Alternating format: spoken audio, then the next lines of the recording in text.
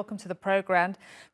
Just very quickly there on those two visits that we see happening right now, the dual visits, Japan's Kishida in Kiev and on the same day China's Xi Jinping is in Moscow. How significant are these dual visits? Well, you have Xi going to Moscow right after Mr. Putin is charged by the ICC for war crimes. That suggests that he is not missing a beat in standing by Russia and supporting its aggression in Ukraine. The same day, you have the Japanese leader, Mr. Kishida, going to Kiev. And what we're seeing here is, I think, the tightening of two blocs, the liberal democracies on one side, Russia and China on the other side, militarized rivalry mounting between the two. No sign whatsoever that Mr. Xi is putting pressure on Mr. Putin to end the war in Ukraine or to begin to get his troops out of the country. And so where does that leave the Xi peace plan that has been announced? And is there really any resolution goal behind it? Because, of course, we did see a rapprochement between Iran and Saudi Arabia.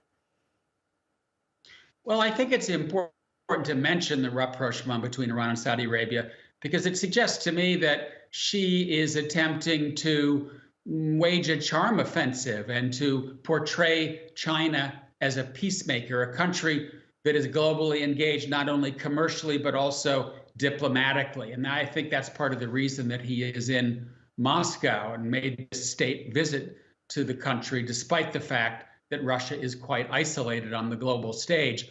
Do I think the peace plan will come to much? No, I don't.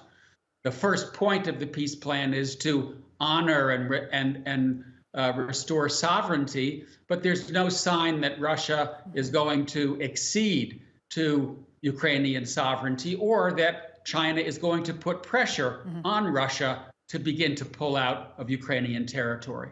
Charles, how likely is it that China will start arming Russia?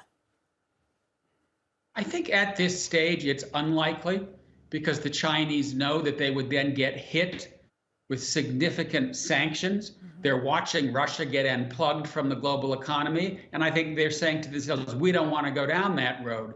If the war tilts decidedly in Ukraine's direction and Putin looks like he might lose and be driven from Ukraine, then I think the Chinese might well consider arming Russia because I don't think that they want the Russians to lose. Thank you so much. Fantastic to get your analysis. Kupchan speaking to us there from Maryland. Thank you so much. Appreciate it.